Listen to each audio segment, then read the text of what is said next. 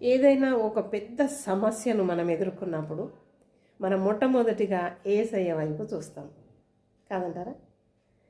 మరి తర్వాత ఇంకొక స్థలం కూడా ఉంది దేవుని బిడ్డలారా, బైబిల్ గ్రంథం వైపు చూస్తాం. వాక్యం ద్వారా దేవుడు నాకు ఏదైనా సలహా ఇస్తాడేమో, ఈ సమస్య నుండి బయటపడడానికి కావలసిన ఆలోచన నాకు దొరుకుతుంది వాక్యం ద్వారా అని ఆశగా చూస్తాం. అయితే దేవుని బిడ్డలారా, యేసయ్య వైపు చూడడము అంటే ఆయన సన్నిధిలో మోకరించి ప్రార్థించడం. మరి వాక్యం వైపు చూడడము, ఆ వాక్యం ద్వారా మనకి ఏదైనా సలహా దొరుకుతుంది అని చూడడం.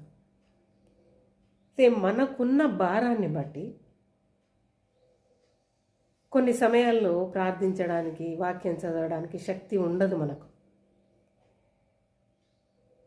నాకు ఎవరైనా ఇబ్బందిగా ఉన్నప్పుడు వారికి ప్రార్థన చేసుకోండి అమ్మా అని చెప్పినప్పుడు కొందరు నాతో అన్నమాట, ప్రార్థన చేసుకోండి అక్క అని ఇలా చెప్తే, అమ్మో నాకు ఇప్పుడు ప్రార్థన చేసుకునేంత శక్తి నాలో లేదు, వాక్యం చదువుకునేంత నేను లేనిప్పుడు అలా చెప్పేవాళ్ళు. నిజమే స్నేహితులారా, వారికి ఉన్న ఆ భారాన్ని బట్టి, దుఃఖాన్ని బట్టి ప్రార్థన చేసుకోలేరు.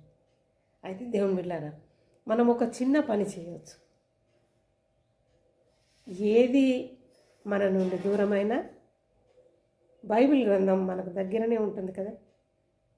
మరి బైబిల్ గ్రంథాన్ని నీవు ఒకసారి ఇలా తీసుకొని నీ హృదయానికి హత్తుకొని కొంత సమయం నీవు అలా గడిపితే, ఆ పరిశుద్ధ సమయంలో నీకు కావలసిన నెమ్మది దొరుకుతుంది. అందులో ఆత్మీయ స్వస్థత, శరీర స్వస్థత, పరిశుద్ధ గ్రంథాన్ని నీ ఇలా హత్తుకున్నట్లయితే ఆ అనుభవం నీకు వస్తుంది. దేవుని బిడ్డలారా, చూడండి మీరు. మరి అలాంటి పరిశుద్ధ సమయంలో నుండి నీకు మంచి నెమ్మది దొరుకుతుంది. ఆ నెమ్మదిలో నుండి నీకు ఒక ఆలోచన దొరుకుతుంది.